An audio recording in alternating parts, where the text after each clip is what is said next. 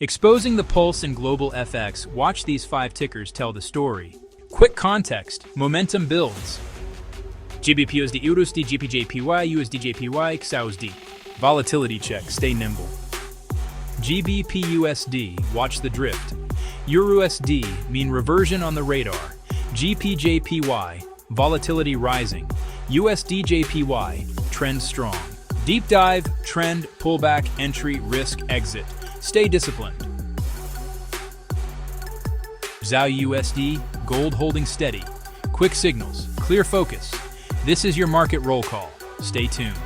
Next steps, watch list ready. So what's going on, guys? It's your boy again here, Tiger, and today I'm just going to be doing a market breakdown of the trades we closed today. Today we ended up not taking any trades because according to our strategy there was no setup that was playing out. And as I always tell you, if there's no setup, you can always sit on your hands and not take any trade. So looking at this trade, we executed it yesterday, right? We executed it from the 30 minutes when we saw an engulfing candle right after breaking and retesting this resistance right here, right? So it was a very long level of demand and supply zone, right, which was respected from all the way up to 19 March, right? So seeing a very strong area of interest, right, which was well respected. It was a support level, but it became a resistance level right here, and then it became a support level again, right? Breaking and retesting, I just entered in the 30 minutes. This time I did not use the 15 minutes for my end. I used the 30 minutes. After the spin bar and an engulfing candle, 2 entry signals, I just bought the market. So this was a decent trade. Why? Because in the 1 hour you can see that the EMAs, they were at this position, right? Now they are now correcting, they are now doing some crossover, but at this position the EMAs, the slow one was above the faster moving average, and in the 4 hour it was way more worse, right? So according to the EMAs in the 1 hour and 4 hour, we're still in some kind of downtrend, right? Which is how we use our strategy. But according to the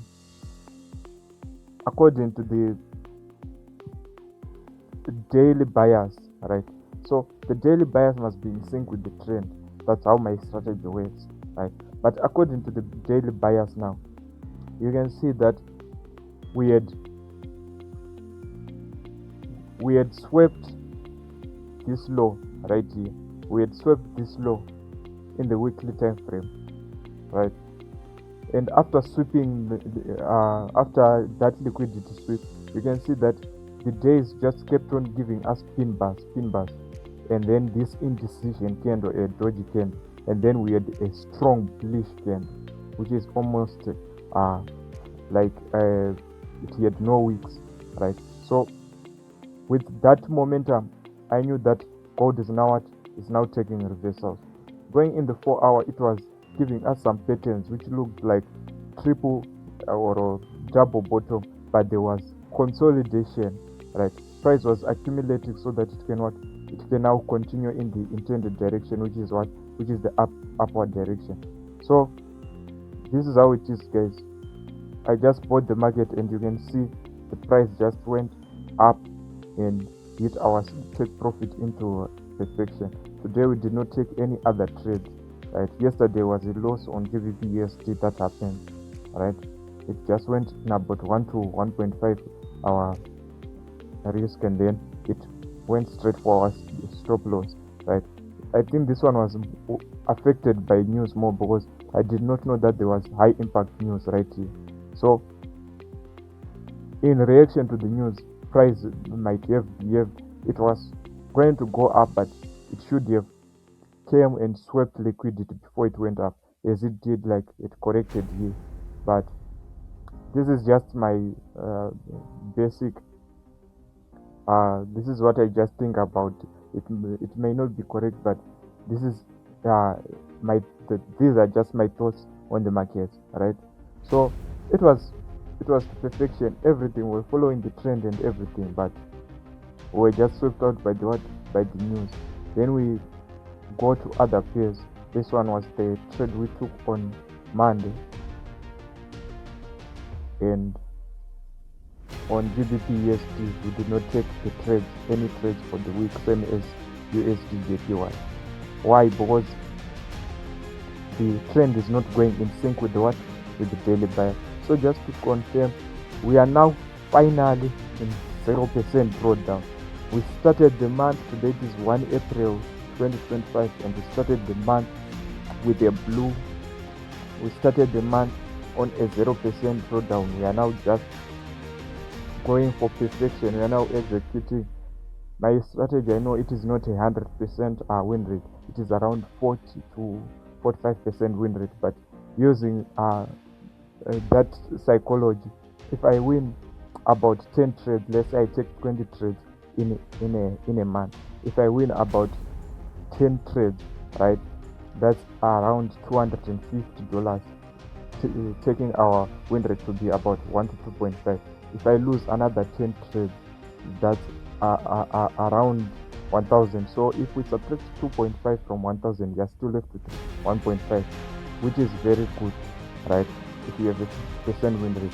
So you do the math, guys. A 40% win rate will be still good with this kind of strategy, right? It's not a 100% win rate, but it can still you make be profitable at the end of the what? At the end of the day. So the trade is right here. Alright, it was a downtrend, but a bullish daily bias. Previous day high was our confirmation, our area of interest, and it was also what? It was also a support and a strong support and resistance level. So you are seeing that the confluences were just piling up, and then we had engulfing candle in the 30 minutes time frame. And this is a retest setup. As you all know, my playbook of the strategy, there's two types of strategy. It's either I'm trading a breakout setup or I'm trading a retest setup, and it had the confidence level of 5. So this trade has a confidence level of 5, but it ended up hitting our TPY because this trade, these first two, they were not in sync, which is usually rare when these two are not in sync for it to win. But I just had some confidence in it, and that's why I took the trade. And you do not change your risk as always, right? So it was a 3.1 trade, right? As you saw, it was a 1 to 3.1 trade. So risking about $100 to gain about $305, as you can see. And as always, guys, I share everything with our community. We share everything with our community. You can see I told them to enter just as I entered, right?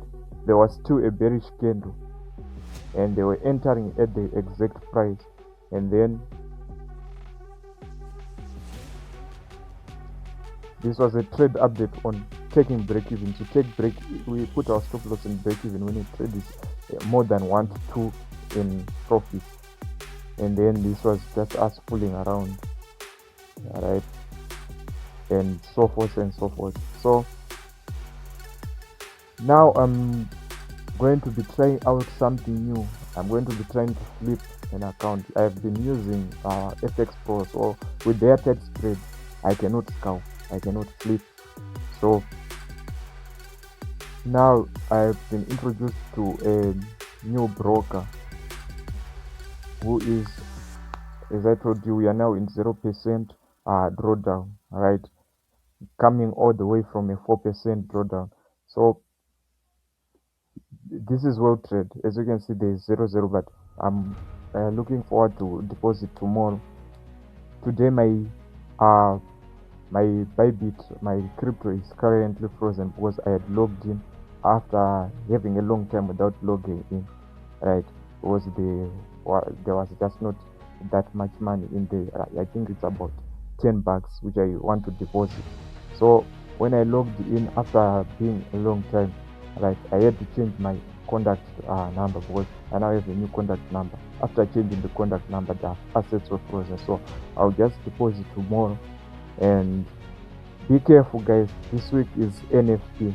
So what I like most about this one is that if I go to the dashboard, the finance here, right, the finance, you can see that I can deposit, right,